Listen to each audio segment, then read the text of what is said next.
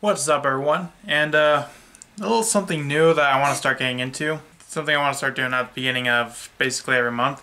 And that is a tier list, kind of like a placing where I think how the upcoming format is going to go.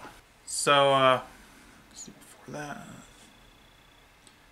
So, as you see here, I'm over on Tier Maker and I have Tier 1, 2, Rogue, and everything else. Tier 1 is essentially the best of the best. Tier 2 is decks that can't quite compete with the Tier 1 decks, but are definitely still hanging around in the tops of competitive play. Rogue are decks that are seeing play here and there, and everything else is stuff that's hardly seeing competitive play. I guess without further ado, let's get right into it. First we got Despia. This one I'm actually not quite sure where to put it. I've heard that it can do pretty well, but I haven't really seen it do much in tournaments yet. I haven't even played against it yet, so I know absolutely nothing about this. So I guess for right now I'm going to put it in Rogue, because I know absolutely nothing. This is one of the few decks on this that I don't even know where to put it. So I guess I'm just going to put it in everything else right now. It'll most likely be much higher than that. Next we got the Bee Trooper, I guess more like Bee Trooper Battle Wasp. And this is actually a deck I'm currently building. I don't have it complete just yet, unfortunately. So I'm not quite as familiar with this one either, but from what I'm hearing, it's got a lot of potential, so I'm putting it in Rogue for right now. Now both of these I can see totally moving up in the list. Next we got Amazements. Amazements people were actually talking about, but the talk has kind of died down on it. I definitely think Amazement is a good deck. Actually, got one right here that I'm working on. So I think this one has potential, but for right now, unfortunately, I have to put in everything else because the results just aren't there. Next, Adagnister.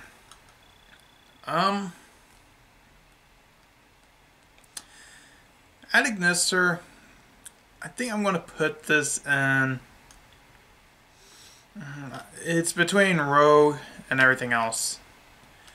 Because Adagnister, it's got a lot of potential, but it's just not quite reaching that. So I think for right now, I'm going to put it with everything else, but that's when I think can move up. Next we have, I'll call this, this will be the Zoo Brigade. Obviously tier 1. Yeah, banning Dryden did absolutely nothing. Not too surprised. I didn't think it needed to be banned anyway, because it really wasn't the problem card. If you were to ban any of these, XYZs, it would have to be the Borbo. Next, Pure Zeus. Without Trident, yeah, that deck's not really going to do much. Dragon Link. Funny enough, Dragon Link has actually been still seeing some play. Granted, it is definitely a lot less. So I feel like it's kind of fallen down into more like a Rogue tier 2-ish kind of deck. I think this would more go so in tier 2. Because not as good as tier 1, but it's definitely being in tournaments and seeing play. Next we have Guru Control. That's also a Rogue deck. Basically, I feel like this deck's been just a Rogue deck for years at this point. Next we got the Shadal, Dogmatic, and Invoked.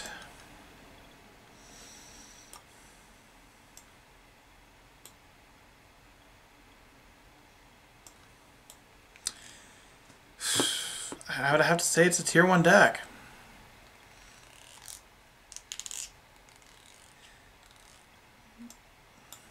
This one's kind of like border tier 1, tier 2. I'll actually say I'll put it in tier 2. Granted, it is it's at the top of tier 2. I really don't like this deck, more or less just because I've played this over and over and over and over again. I'm literally tired of facing this deck. And the fact is, like, Konami just doesn't seem to care about this deck. Like, we're not asking for much. We're just asking you to maybe limit Meltdown. All at this point, I kind of want them to just ban every invoked card because I'm just so sick of Invoke being used as an engine. And it will continue to be used as an engine. Next, Frogs. Sadly, they're going to go right there. Fortunately, even the new Paleozoic Link monster just couldn't do anything. Grenmatu, this one's kind of iffy. I feel like that's more than everything else right now. But it's kind of always hanging around there. Next, we got Salamangreats. Now, funny enough, online Salamangreats have been doing pretty well, but that hasn't really translated to tournaments. So, I feel right now Salamangreats is it's kind of like between Rogue and everything else. I think I'm just gonna put this in everything else, but no, let's put like a high everything else. Sky Strikers, that is Rogue. Engage 1 definitely did help out this deck a lot, but of course, as I pretty much knew, Engage wasn't going to really do. It wasn't going to like put this deck back in tier 1 or anything. And well, you know, it didn't. It just added a lot of consistency to this deck to where it can actually compete again. Next, Prank Kids. I would have to say this is the lower end of tier 1. Prank Kids is a very powerful deck, considering it's a turn 1. It's basically a 1-card combo. The Mew basically just turns any of your Prank Kids into a combo. Now, this is actually one that people are thinking that should get hit on the upcoming ban list, but this one I really don't want it to get hit, but most of the things people are saying to get hit for Prank Kids are wrong. But that's more for a ban list discussion kind of thing. Dinos. Yeah. Miscellaneous kind of did its thing. Maybe Rogue, but I still don't feel like it's got that juice anymore.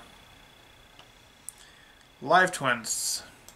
As for right now, it's going to the everything else, but this is definitely a deck that is trending upwards, and the Link 4 coming out, and I think it's Dawn of Majesty? No, that's what just came out. Burst of Destiny. Keep getting those sets confused. Next we got Lyrolusk, or Bird Up, Lyrolusk Tri-Brigade essentially. That's more of a rogue. It is still a variant of Tri-Brigade. Not the most powerful variant, but it's definitely a powerful variant nonetheless. Drytron, tier 1, because of course. I feel like between Drytron and Tri-Brigade, Drytron's kind of like a lot more fluid. Like, it's harder to interrupt. Yash one of their plays? Sure. Like, they don't really care if they get hashed, because literally every card more or less just can kickstart this deck. Whereas Tri-Brigade, let's say the only monster you open is Kit. What are you going to do with just that? Virtual World. I feel like this one has actually been seeing a resurgence, and I'm actually going to put this one in the tier 2. It's kind of been gaining traction, but it hasn't quite broken to the tier 1 cut. Next we got Eldritch. Again, Rogue. Hasn't really done much of anything of late. Still a powerful deck, and I still feel like it's much more powerful than the decks down here. Medolce. Everything else, still not doing anything. No, I have an extra Lulu. Okay. Altergeist. I would have to give this one a rogue spot. This one's actually doing pretty well online. But again, it's just not really able to compete with the current top decks. Then Mystic Mine, thankfully, that top place cut a few months ago didn't really do much. I was worried it'd be like, oh boy, it's Mystic Mine again. Let's just be honest at this point. They're not going to ban it. They're not going to limit it. Because I don't know why. Some of the cards that I think Konami should hit, they don't, even though they really should. I guess in their eyes, those cards are fine. I don't know. I think I really need to check the classes, but... Well, so that's my tier list for the September 2021 format. Let me know if you think that there's anything that should be different. Do you think Beat Troopers, Despia should be higher? Do you think Dino should be higher? Let me know in the comments, and I'll see you in the next video I make. Bye.